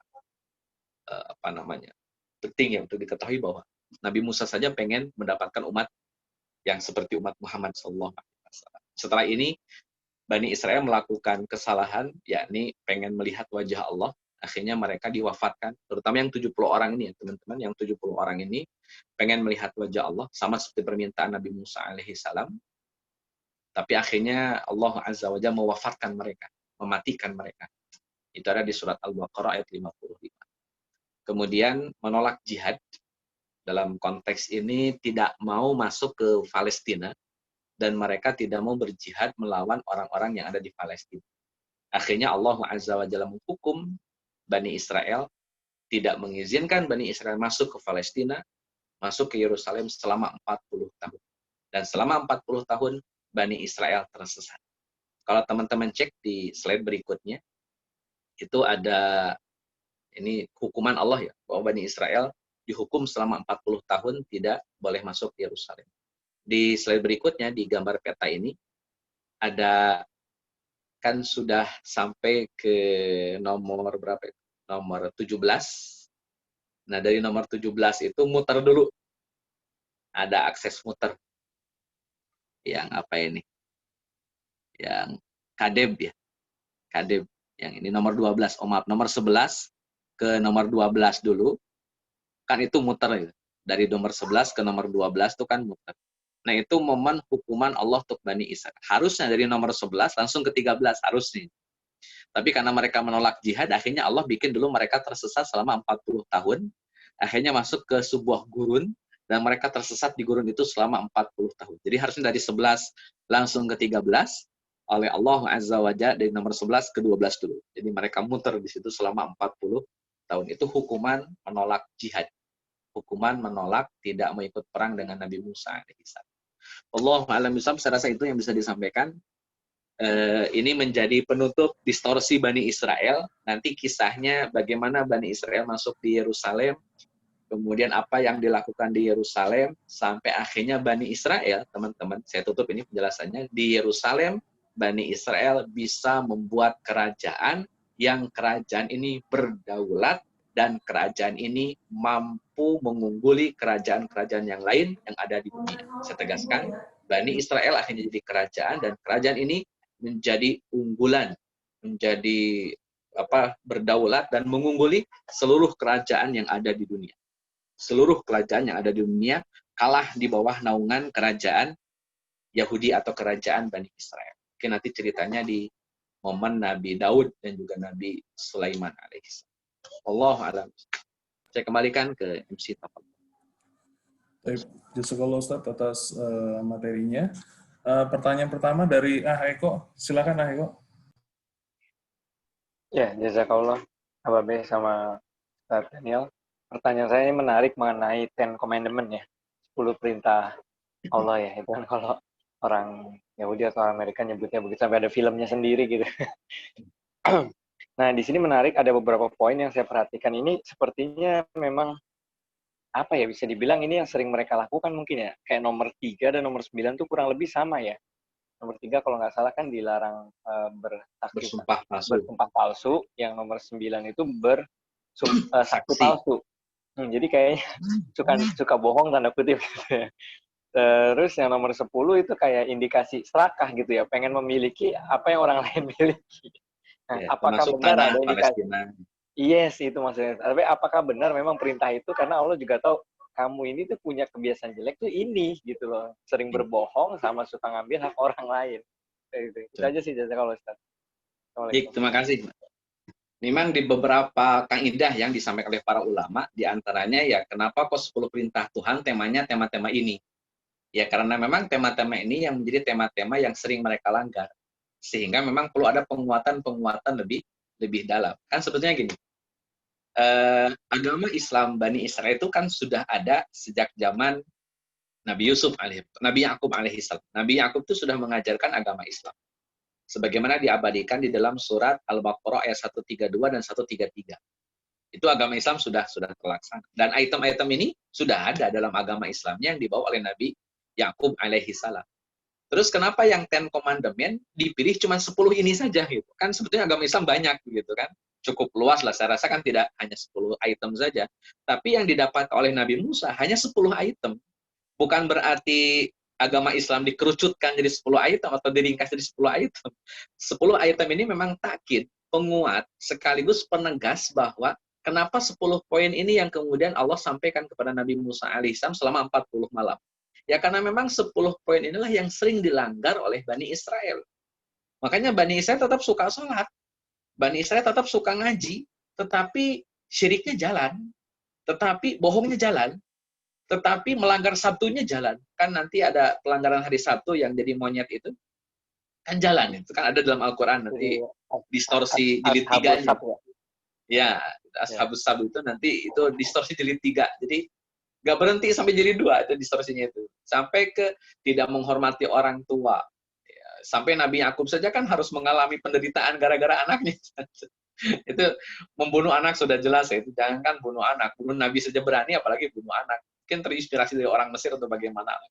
Berzina. Orang-orang Yahudi suka berzina.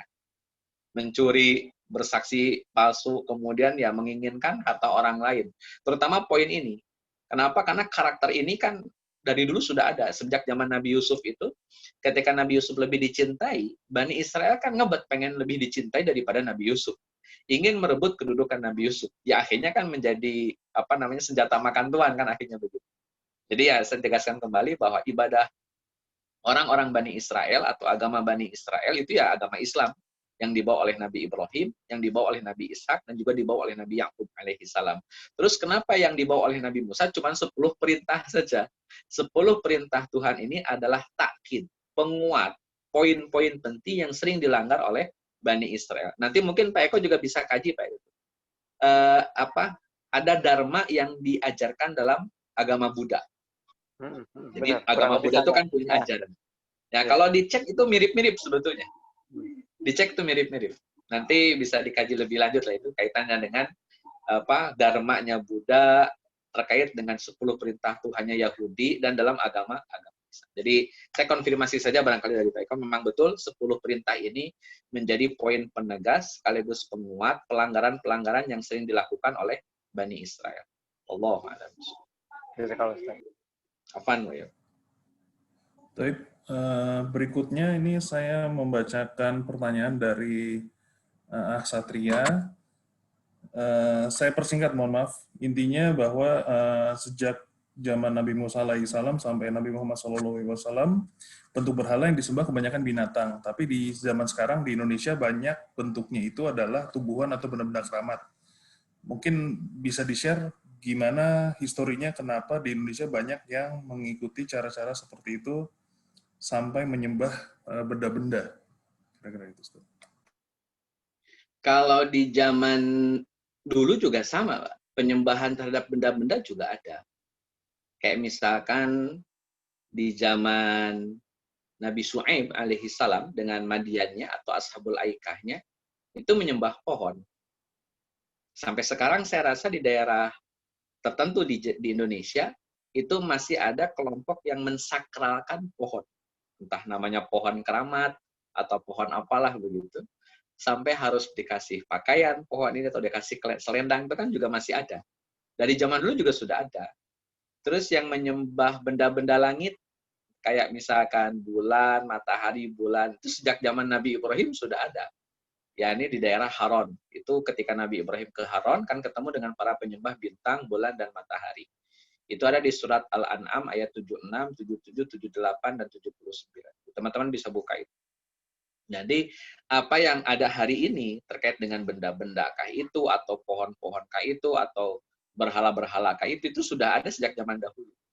Jadi, tidak original lahir hari ini. Termasuk juga mungkin dengan jimat. Jimat itu juga sama. Itu bagian yang sudah ada sejak zaman dahulu. Bahwa di zaman Nabi saja, teman-teman, itu suka ada benang. Benang itu dililitkan di pergelangan. Benang ini kemudian diyakini sebagai tolak bala. Itu di zaman Nabi sudah ada. Penggunaan benang untuk tolak bala. Dan itu berlangsung dari zaman-zaman sebelum Nabi Muhammad SAW terkait dengan jimat. Kalau orang kita bilangnya isim ya. Isim atau jimat atau apalah namanya. Itu benang diikat di pergelangan tangan. Ini bukan berarti tidak boleh pakai gelang di pergelangan tangan, bukan. Ini ada keyakinan dari orang yang pakai pakai benang di pergelangan tangan bahwa benang ini bisa menolak bala, bisa mendatangkan manfaat, menolak mudarat. Nah, keyakinan itu yang membuat orang ini terjebak dengan kemusyrikan. Itu diantaranya. Jadi penggunaan benda-benda untuk untuk sesuatu yang dianggap penting, sesuatu yang dianggap syakra itu sudah ada sejak zaman dahulu. Dari mulai generasi Nabi Syuaib, generasi Nabi Ibrahim. Jadi masing-masing daerah nanti punya kecenderungannya. Ada daerah yang sukanya dengan pohon, ada daerah yang sukanya dengan hewan, ada daerah yang sukanya dengan benda langit, ada hewan yang sukanya dengan patung, ada daerah yang sukanya dengan benda-benda. Itu masing-masing punya kecenderungannya dan punya kekhasannya. Termasuk di Nusantara. Nah, di Nusantara ini, ya konteks kita hari ini ya terjebak dengan yang suka pohon masih ada, yang suka gunung masih ada, yang suka sungai masih ada, ya masih ada. Yang suka batu juga masih ada. Di beberapa kan ada batu yang dianggap sakral, ada batu yang dianggap suci, sampai hari ini juga ada. Termasuk ya benda-benda kayak gelangnya, kayak pisaunya, kayak sabuknya, kayak bajunya, selendang, itu juga sekarang masih tetap ada. Dan itu sisa-sisa dari peninggalan orang-orang yang hidup di zaman dahulu. Jadi ya, terus berevolusi, berkembang, dan dilestarikan lah kemusyrikan. Allah a'lam. Baik, Ustaz, jazakallah. Berikutnya, Aldo, silakan. Assalamualaikum, Ustaz. Waalaikumsalam, Masya Allah. Ana mau tanya, tadi disinggung tentang umat Nabi Musa yang dihukum karena tidak mau berjihad ya, Ustaz ya? Ya. Yang mau ditanyain itu ketika pada zaman Nabi Musa itu berarti sudah ada syariat jihad, itu Nabi Musa melawan siapa ya, Ustaz, kalau boleh? Apakah ada ada diterangkan kisahnya? Kemudian apakah semua umat Nabi Musa itu yang dihukum atau bagaimana, Ustaz? Kondisinya waktu itu? Jadi ini memang anak singkat tadi penjelasannya. Di surat Al-Maidah, nanti Bang Ado bisa buka. Itu di surat Al-Maidah, surat kelima ayat 21, 22, 23, 24, 25. Itu nanti bisa dibuka. Surat Al-Maidah ya, dari mulai ayat 21.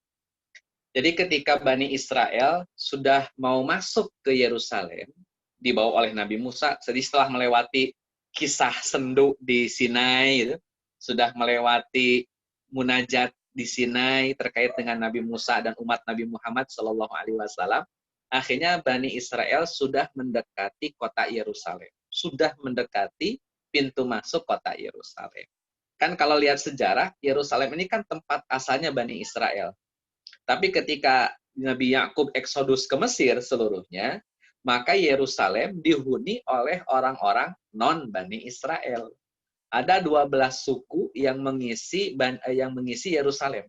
Jadi ketika Bani Israel sudah pindah ke Mesir, maka yang namanya Yerusalem itu diisi oleh 12 suku. Di antara sukunya adalah suku Filistin. Suku Filistin itu adalah suku yang menempati kota Yerusalem setelah Yerusalem ditinggalkan oleh Bani Israel. Jadi itu pemilik baru lah. Pemilik baru setelah Bani Israel. Nah, ketika suku Filistin dan ada 12 suku lah, totalnya itu ada 12 suku. Mungkin nanti kita akan bahas kisah sampai Nabi Musa dan Bani Israel bisa masuk ke Yerusalem. Nanti kita bahas suku apa saja yang ada di Yerusalem selain suku Filistin. Dalam bahasa Al-Quran disebut dengan suku Jabbar. Suku Jabbar itu suku yang jahat, yang memang sukanya bunuh orang. Setidaknya itu yang diyakini oleh orang-orang Bani Israel. Jadi pas Nabi Musa, Bani Israel sudah mendekati kota Yerusalem, sedangkan Yerusalem sudah diisi oleh 12 suku. Artinya kan Nabi Musa kalau masuk ada 2 pilihan. Masuk secara damai, sebagai imigran, tetapi kondisinya kalau jadi imigran berarti kan jadi anak buah. Jadi second class, kalau jadi imigran. Cara yang kedua, Nabi Musa mengambil alih Yerusalem dari 12 suku yang ada. Itu pilihannya. Mau datang sebagai imigran yang tentunya posisinya akan di bawah, bisa jadi hamba sahaya lagi, atau memang mengambil alih kota Yerusalem. Nanti pertanyaannya, kok Nabi Musa merebut Yerusalem? Jawaban itu dijawab oleh para ulama, yang mengizinkan untuk mengambil alih Yerusalem adalah Allah Azza wa Jalla. Jadi ini bukan dalam rangka merebut. Kenapa kok kemudian dianggapnya sebagai izin, tidak disebut merebut? Karena yang 12 suku yang tinggal di Yerusalem, mereka tidak bertauhid. Mereka bukan muslim. Sama kasusnya kayak penduduk Mekah sebelum Futuh Mekah gitulah.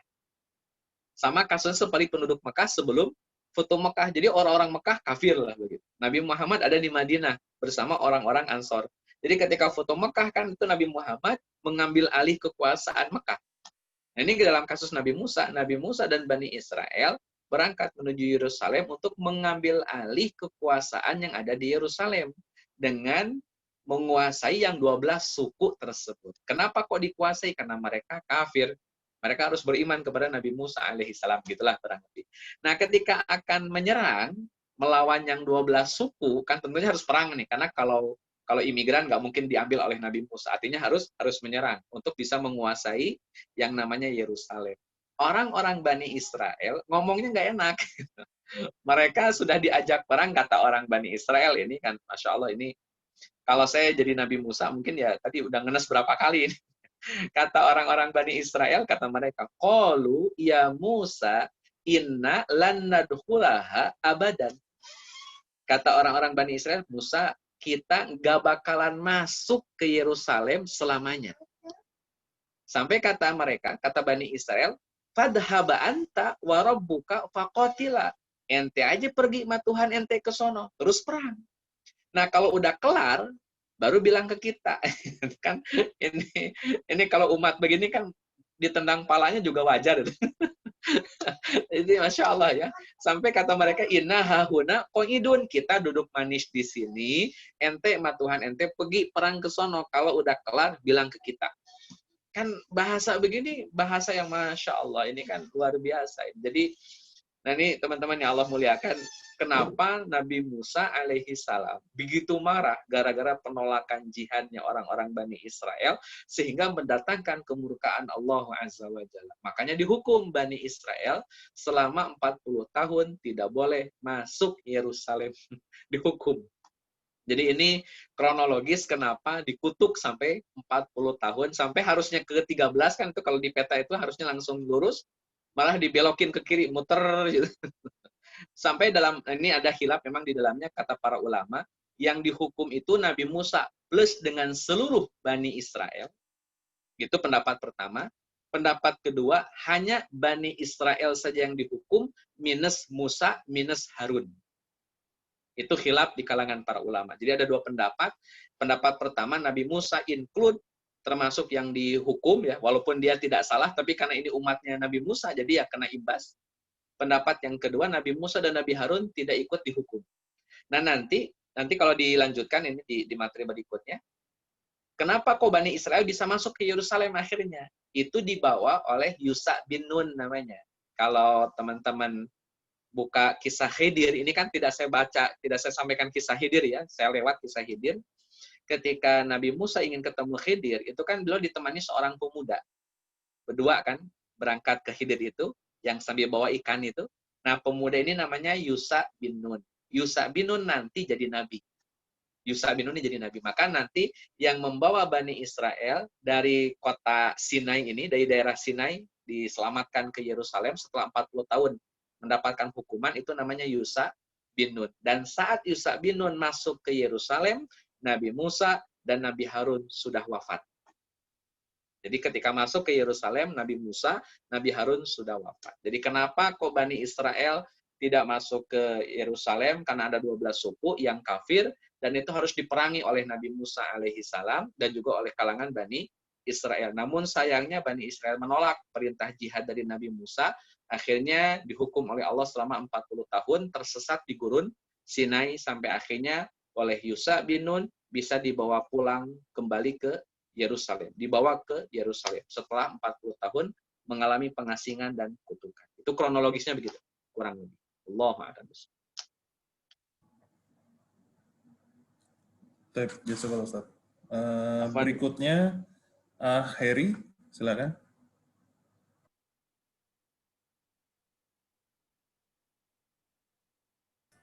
Assalamualaikum Ustadz. Waalaikumsalam. Silakan Pak Heri.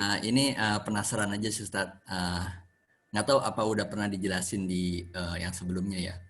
Kan kita udah ngebahas dari Yakub kemudian Yusuf sampai Musa terkait dengan Bani Israel. Nah di antara Bani Israel ini kan banyak suku ya, di antaranya Yahudi. Nah saya nangkepnya tuh sekarang seolah-olah Yahudi itu dianggap mewakili seluruh Bani Israel gitu Ustaz.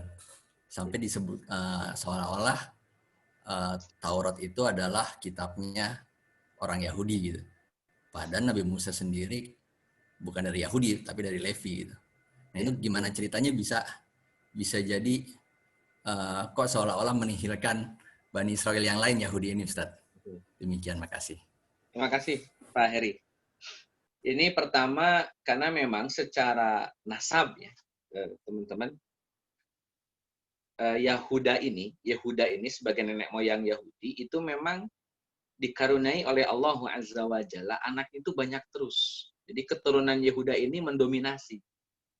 Kan kita juga sama ya, saya rasa ketika kita punya anak, itu anak kita keturunannya tidak akan sama ya, secara keseluruhan tidak akan sama. Mungkin ada yang anaknya banyak, ada yang anaknya dikit gitu.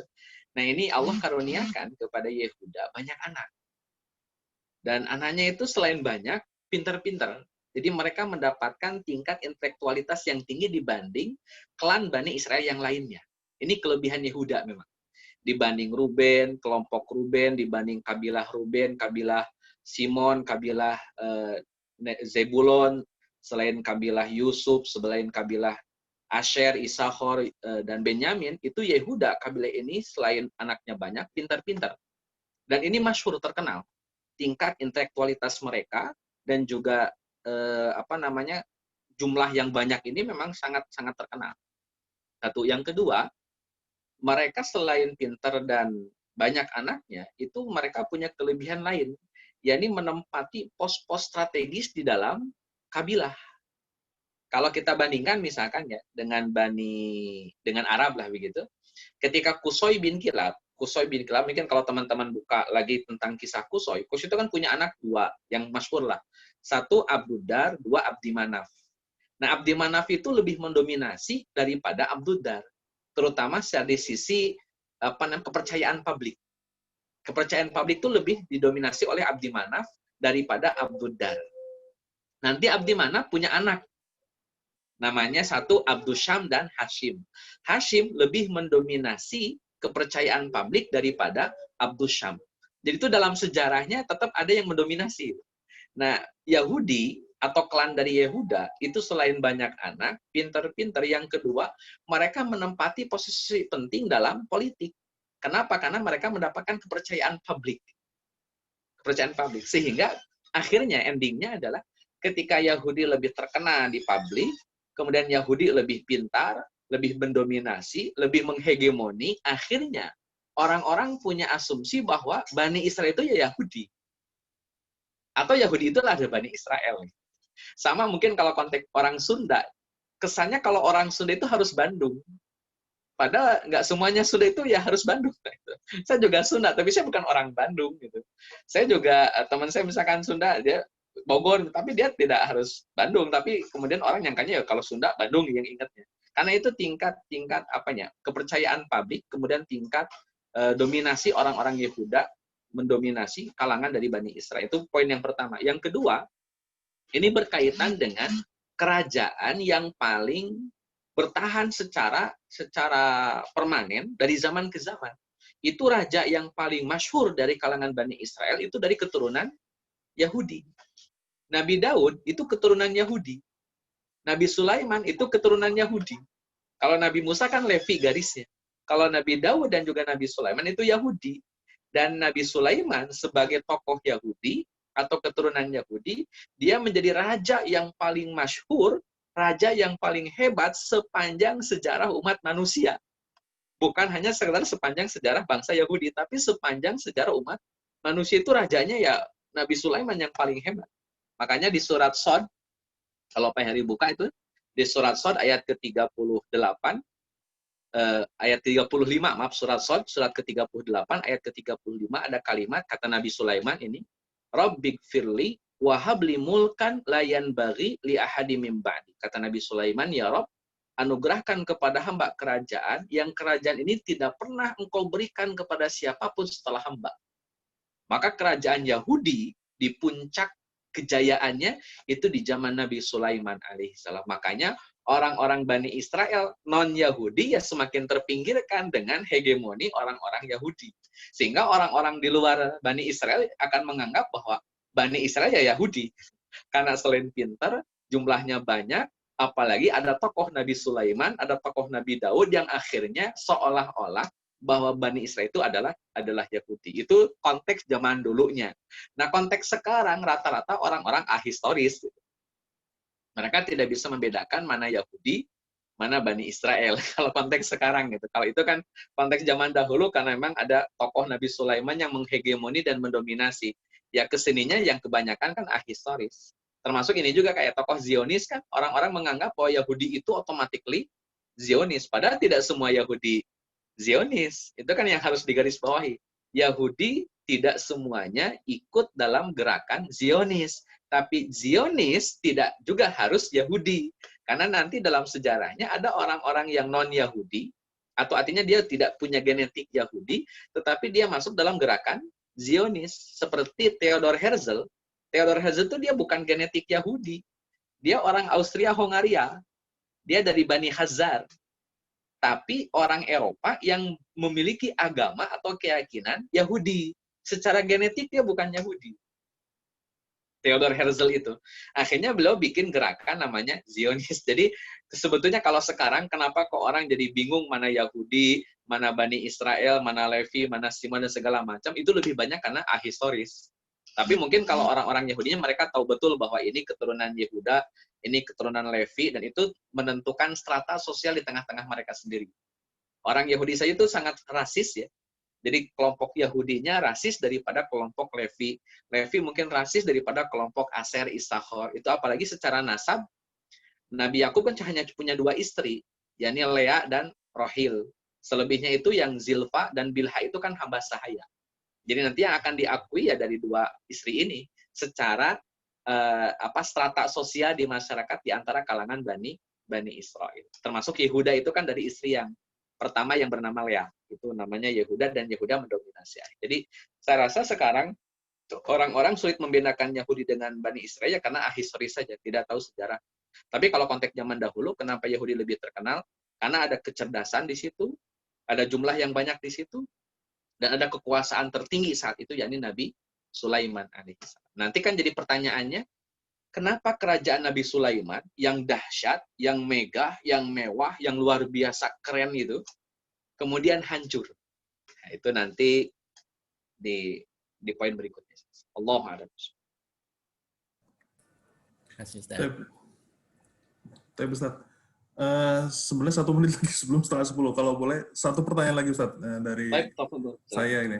Karena tadi membaca mengenai permintaan Nabi Musa yang umatnya ujung-ujungnya memerangi Dajjal gitu. Lalu saya teringat yang mengenai Samiri, yang kalau saya nggak salah baca atau nonton di YouTube bahwa Samiri itu adalah Dajjal gitu. Nah, mohon konfirmasinya, dan apakah memang Nabi Musa aware atau tahu bahwa ini yang ngebuat patung sapi itu adalah Dajjal gitu. Atau saya asumsikan itu Harun As-Samiri tadi ya Ustadz ya. Kira-kira begitu. Baik, yang pertama gini Pak.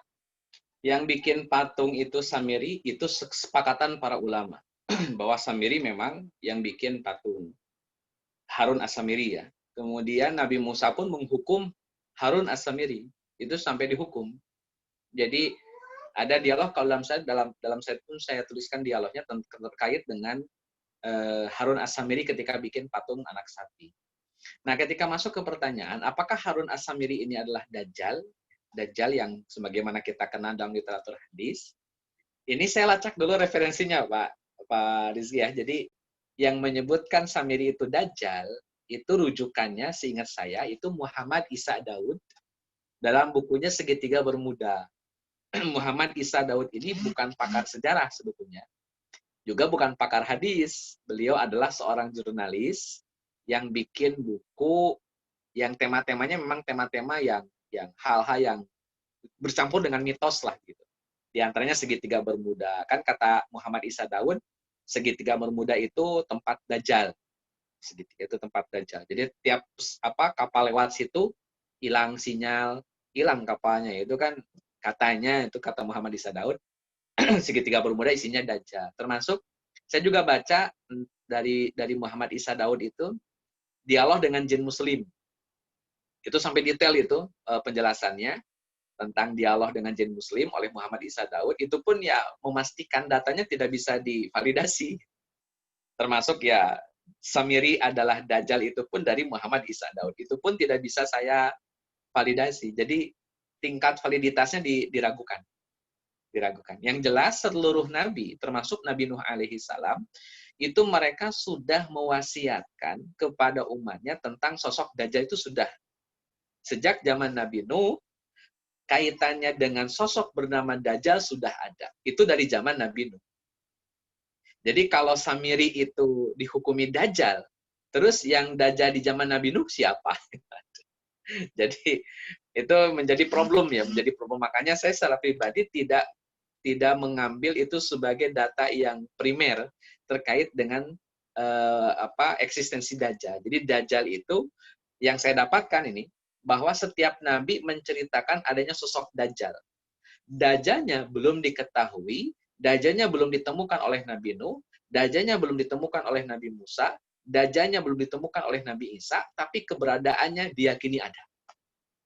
Dan itu baru muncul nanti di zaman umat Nabi Muhammad SAW kalau sudah mendekati akhir zaman baru muncul. Dan itu sudah jadi ketentuannya memang demikian. Jadi ketika ditanya apakah Harun As-Samiri adalah Dajjal, saya pribadi tidak membenarkan, atau setidaknya informasi yang saya dapat belum saya validasi terkait dengan kebenaran bahwa Harun As-Samiri adalah Dajjal. Karena satu-satunya sumber yang saya dapatkan ya dari Muhammad Isa Daud. Belum ada yang lain sumbernya. Nah, buku Muhammad Isa Daud akhirnya dipublikasikan isinya oleh, mohon maaf saya sebutkan ini, nanti tinggal di-blip saja, Ustadz Rahmat Baikuning. Nah, beliau yang paling sering membaca literatur Muhammad Isa Daud. Makanya ceritanya dari beliau datangnya rata-rata. Kaitannya dengan Dajjal adalah As-Samiri, tentang Fir'aun itu siapa, itu rata-rata disampaikannya simbol-simbol itu dari beliau. Jadi kalau saya pribadi tidak terlalu memvalidasi data tersebut. Bagi saya Dajjal sudah ada sejak zaman Nabi Nuh, keberadaannya sudah ada, tapi Nabi Nuh belum pernah ketemu dengan Dajjal.